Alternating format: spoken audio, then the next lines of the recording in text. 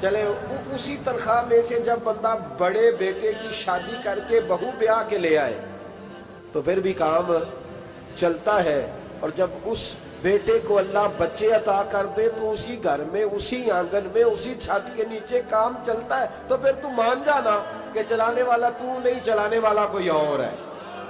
پھر تو مان جا کے چلانے والا کوئی تو اس وقت جب تنخواہ تیری لگی تھی تو کہتا تھا ابا ابھی میری شادی نہ کر، میں بیوی کو کیسے کھلاؤں گا؟ تو وہی شخص ہے جس کی چھت کے نیچے پھر 1.5 درجن پوتے بھی پل رہے اور گزارا ان کا بھی ہو رہا ہے۔ تو رزق کا ذمہ کس کا ہے؟ اللہ کا، اللہ کا ذمہ۔ اب ہمیں پتہ ہے پہلی بات تو پریشانی اس لیے اتار دینی چاہیے کہ ذمہ ہمارا ہے ہی نہیں۔ اب دوسری بات یہ کہ ذمہ داری کس کی ہے؟ اللہ حکیم بھی ہے اور علیم بھی ہے، حکیم بھی ہے اور جانتا بھی ہے، اور اسے پتہ بھی ہے کہ دینا کس طرح ہے۔ اب ہم پتہ کیا کہتے ہیں؟ کہتے ہیں وہ جو بندہ پجاروں میں بیٹھا ہے وہاں اسے نہیں بیٹھنا چاہیے تھا، اور میرا حق تھا۔ تجھے زیادہ پتہ ہے کہ اللہ کو؟ بول کے بتانا کس کو پتہ زیادہ ہے؟ کیوں جی؟ تو آپ اصل ٹینشن پتہ کب لگتی ہے؟ جب بندے کہتے ہیں نہیں وہ پجاروں میری تھی، میرا حق تھا۔ وہ جب گزرتی ہے نا پاس سے مہران کے تو مہران والا ٹینشن بڑی لیتا ہے، حالانکہ اللہ کو زیادہ پتہ ہے کہ وہ حق۔ ایک بات اپنے ذہن میں یاد رکھ لیں، رٹ لیں کہ جو میرے لیے بہتر تھا میرے رب نے مجھے دے دیا، تو بات ختم ہو گئی۔ بس وصل اچھا ہے نہ فراق اچھا ہے، یار جس حال میں رکھے وہی حال اچھا ہے۔ بس جو میرے حق میں بہتر تھا میرے رب نے مجھے، مسئلہ یہ ہے کہ تو اس پہ راضی ہونے کو تیار نہیں۔ حضرت علی کرم اللہ تعالیٰ وجہ الکریم نے میرے نبی پاک کی ایک حدیث بیان کی ہے، اور جناب علی جب یہ حدیث بیان کیا کرتے تھے تو حضرت مجاہد فرماتے ہیں یوں لگتا تھا کہ جیسے حضرت علی ہمیں ہر پریشانی سے نکال رہے ہیں۔ مولا علی شیر خدا رضی اللہ تعالیٰ عنہ فرماتے ہیں کہ مجھے میرے نبی پاک صلی اللہ علیہ وسلم نے ایک طریقہ دیا تھا ٹینشن فری ہونے کا۔ آپ فرماتے ہیں مجھے تو بڑا راس آیا ہے، تم بھی اگر کر لو گے تو تمہیں بھی فائدہ دے گا۔ کہا وہ کیا؟ حضرت علی کہنے لگے محبوب علیہ السلام نے فرمایا تھا لوگوں تم اللہ کے دیے ہوئے تھوڑے رزق پہ راضی ہو جاؤ، وہ تمہاری تھوڑی عبادت سے تم سے راضی ہو جایا کرے گا۔ بس تم 2 نفل بھی پڑھو گے تو اللہ راضی ہو جائے گا، تم 1 رکوع بھی سویرے اٹھ کے پڑھو گے تو وہ راضی ہو جائے گا، وہ تمہارے 313 درود شریف سے راضی ہو جائے گا، تم اس کے دیے ہوئے تھوڑے رزق سے راضی ہو جاؤ۔ ٹینشن اس لیے ہوتی ہے کہ ہم راضی نہیں جو اس نے ہمیں دیا ہے۔ وہ حل میں مزید کی جو دوڑ ہے نا، حل میں مزید کی، بے قدرہ کچھ قدر نہ جاتی، کیتی خوب تسلی ہو، دنیا دار پجاری زردے، کتیاں دے گل ٹلی ہو، بک بک روشن اکھیاں تکیو ویک حویلی کلی ہو، تے کوچ نصیر اساں جد کیتی پہ جانی تھر تھلی ہو۔ تو یاد رکھیں یہ جو ہے نا مصیبت کے مال آ کیوں نہیں رہا، وہ سامنے والا پلاٹ میرے گھر کے سامنے ہے گھر کے سامنے، پر رجسٹری میرے نام کیوں نہیں؟ یہ مصیبت سانس نہیں لینے دیتی۔ موٹر سائیکل کھڑی کرتا ہے نا جب آ کے دکان سے روٹی کھانے آتا ہے، دفتر سے گھر آتا ہے، کاروبار سے آتا ہے، تو جہاں موٹر سائیکل کھڑی کرتا ہے وہ ٹینشن بڑی ہے کہ کبھی میری ہو جائے نا یہ والی جگہ تو میں یہاں بھی بورڈ لگاؤں اپنے نام۔ اس نے مالی پریشانی پیدا کی۔ تو جس حال میں ہے، چونکہ تو نے اپنا یہ حال خود نہیں بنایا، جس نے بنایا ہے وہ بڑا بہتر جانتا تھا کہ تو اسی حال میں اسے اچھا لگتا ہے۔ تو اسے اسی حال میں، ایک بزرگ تھے تو ان کی طبیعت بڑی علیل ہو گئی، بیمار ہو گئے، تو اللہ نے آزمائش دی تو کیڑے پڑ گئے وجود میں۔ ایک کیڑا یہاں سے کھا رہا تھا، اللہ والے بڑے راضی رہتے ہیں اس کی رضا پہ، تو کیڑا یہاں کھا رہا تھا تو نیچے گر گیا، تو بابا جی نے اٹھا کے پھر وہاں رکھ لیا، کہنے لگے جب اس نے تیری ڈیوٹی مجھے کھانے کی لگائی ہے تو میں اس بات پہ راضی ہوں، تو نیچے کیوں گرتا ہے؟ بس ٹھیک ہے کھا، جب اس نے تجھے ڈیوٹی جو تیری لگائی۔ سالبہ بن عبد الرحمن ایک صحابی تھے، سالبہ غالباً، نبی پاک صلی اللہ علیہ وسلم کی خدمت میں آئے، کہنے لگے یا رسول اللہ صلی اللہ علیہ وسلم غربت بڑی ہے، میرے لیے دعا کریں اللہ زیادہ مال دے۔ تو محبوب صلی اللہ علیہ وسلم نے فرمایا تو جس حال میں اچھا ہے وہ تیرے لیے بہتر ہے، جس میں تو ہے وہی حال تیرے لیے مشکل ہے نا یہ جواب سننا۔ کہتے پیر صاحب فلان جگہ سے تویز آیا، وہاں تو وارے نے آرے ہو گئے، تو آپ کے ہاں، تو میں کہتا ہوں یہ تویز دینے والا اگر تویز دے کے امیر بناتا ہے تو پہلے خود کیوں نہیں بنتا؟ یہ خود تو 150 کا تویز بیچ رہا ہے، اپنی بیچارے کی حالت یہ ہے۔ اگر اتنا ہی تویز اس کا چلتا ہوتا تو پہلے 5 پجاروں اس کے دروازے پہ کھڑی ہوتی۔ عجیب چکر ہے اور عجیب جگہ لوگ الجھ گئے، سمجھتے ہی نہیں بات کو۔ یا رسول اللہ صلی اللہ علیہ وسلم دعا کر دے تو محبوب نے کیا فرمایا؟ فرمایا تو جس حال میں ہے نا وہ حال تیرے لیے بہتر ہے، اسی میں رہ۔ کہ نہیں حضور دعا کرے۔ فرمایا سال بعد تو باز آ جا۔ حضور دعا کرے۔ فرمایا تو باز آ جا۔ 2-3 دفعہ کا ضد کی، محبوب نے فرمایا جا پھر اللہ تجھے زیادہ پیسے دے گا۔ چند بکریاں خریدی، اتنی برکت ہوئی کہ بکریوں کے ریوڑ بن گئے۔ پھر کچھ بکریاں بیچ کے گائے خرید لی، ان کے بھی ریوڑ ہو۔ پھر کچھ اونٹنیاں لے لی، ریوڑ ہی ریوڑ۔ پہلے 5 وقت مسجد میں آتے تھے، اب فجر اور عشاء رہ گئی۔ پھر مال زیادہ ہوا تو مدینے شہر میں کوئی جگہ ہی نہیں، مدینے سے باہر حویلی خریدی، پھر جمعہ ہی رہ گیا۔ جمعے کے جمعے آتے، زکوٰۃ کا حکم آیا۔ میرے نبی کریم علیہ السلام نے حضرت ابو ہریرہ کو بھیجا، فرمایا جا اسے کہہ تیری زکوٰۃ بنتی ہے 2.5%۔ 10 کروڑ روپیہ ہو تو کتنی زکوٰۃ بنتی؟ بھئی 1 کروڑ کی 2.5 لاکھ ہوئی نا، تو 10 کروڑ کی کتنی ہوئی؟ تو بڑی مصیبت ہے جب بینک سے میسج آتا ہے نا کہ 25 لاکھ نکل گیا تیرے اکاؤنٹ سے، بہت بڑی مصیبت، بڑی ٹینشن ہوتی ہے۔ ایک صاحب میرے پاس آئے، ان کی زمین اچانک مہنگی ہو گئی، اچانک پہلے کچھ 15-16 لاکھ کی ایکڑ زمین تھی، پھر وہ کروڑ کی ہو گئی۔ تو میرے پاس آئے، کہنے لگے وہ 10 کروڑ روپے بنتے ہیں تو زکوٰۃ، تو میں نے کہا آپ نے کیا کیا؟ زری زمین پہ عشر آتا ہے، اس پہ زکوٰۃ نہیں آتی، تو آپ نے کیا کیا؟ کہنے لگے وہ کچھ سوسائٹی کے رول کے مطابق میں نے فائلیں وغیرہ لے لی ہیں، اب میں نا کبھی موقع آئے گا تو ان کو بیچوں گا۔ تو میں نے کہا اب تو آپ کا یہ مال ہو گیا بزنس کا، تو اب تو اس پہ زکوٰۃ آئے گی۔ 10 کروڑ پہ جب 25 لاکھ سنا تو کہنے لگے فوراً دینی پڑتی ہے کہ تھوڑی تھوڑی سے بھی کام چل جاتا ہے؟ تو میں ان کا چہرہ دیکھنے لگا، میں نے کہا نہیں وہ تو آپ کو پتہ ہے، ویسے حضرت عمر فرمایا کرتے تھے بانٹ کے نہ دو، کوشش کرو کسی ایک کو ہی دو، چلو کسی کا تو کچھ بن جائے، تو ایک کو ہی دینی چاہیے۔ کہنے لگے تو مطلب یہ ایسا ہی حکم ہے؟ میں نے کہا آپ کسی اور سے تحقیق کر لیں۔ اب یہ بھائی لیتے وقت نہیں تجھے ٹینشن ہوئی کہ 15 لاکھ کا کروڑ ہو گیا، تو اس وقت نہیں تو نے کہا کہ یا اللہ، تو یہ کیسی سوچ ہے مسلمان؟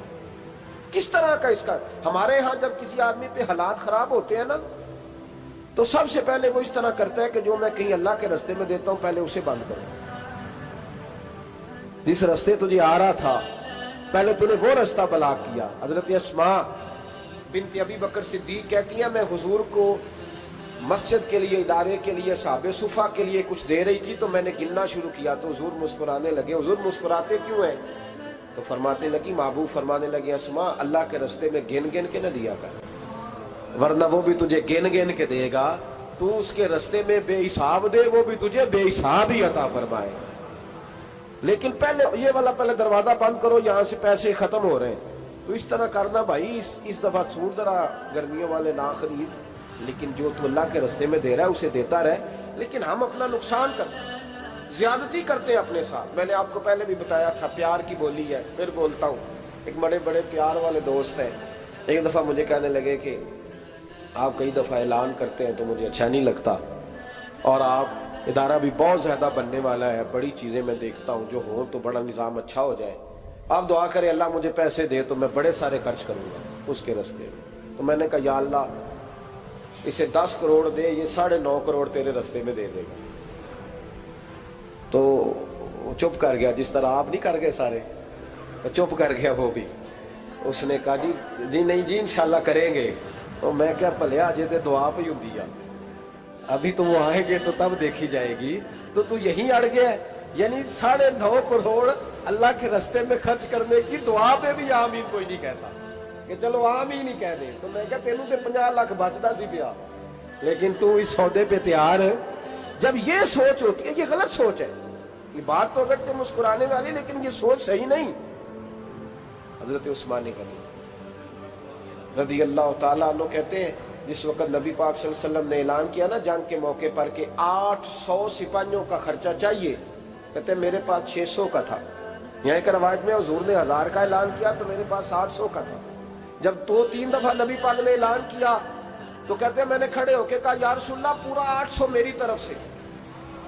کہتے میں نے 200 سپاہی کا خرچہ ادھار اٹھایا لیکن پورے 2 مہینے نہیں گزرے تھے، رب کریم نے مجھے کئی گنا کر کے پیسے واپس عطا فرما دیے۔ پر بات تو یہ ہے کہ تیری وہاں لو لگی ہو، تو تجارت کرتا ہے ان لوگوں کے ساتھ جو کیا دے سکتے۔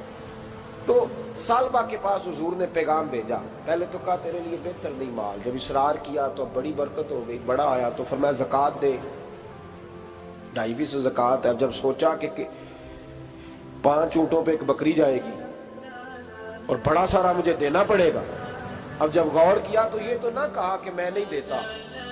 حضرت ابو ہریرہ سے کہنے لگے نبی کریم علیہ السلام کی خدمت میں عرض کرنا کہ میں خود آؤں گا۔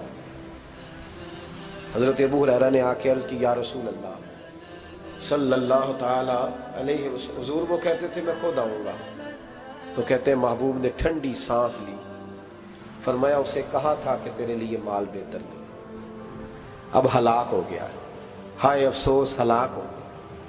ان کو بھی تھوڑی دیر کے بعد احساس ہوا کہ یہ میں نے کیا کیا، نبی پاک کوئی کہہ دیا نہیں ہے، حضور کو کہہ دیا بعد میں آؤں گا۔